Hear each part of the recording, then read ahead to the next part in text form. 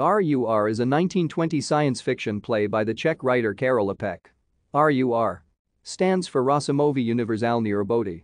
The play had its world premiere on 2 January 1921 in Hradec Králové. It introduced the word robot to the English language and to science fiction as a whole. R.U.R. soon became influential after its publication. By 1923 it had been translated into 30 languages. R.U.R. was successful in its time in Europe and North America.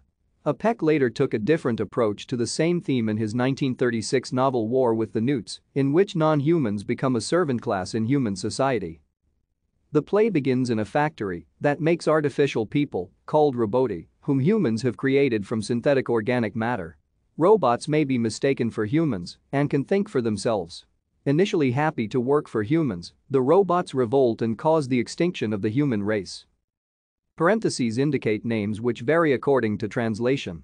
On the meaning of the names, see Ivan Klima, Karel Čapek, Life and Work, 2002, p.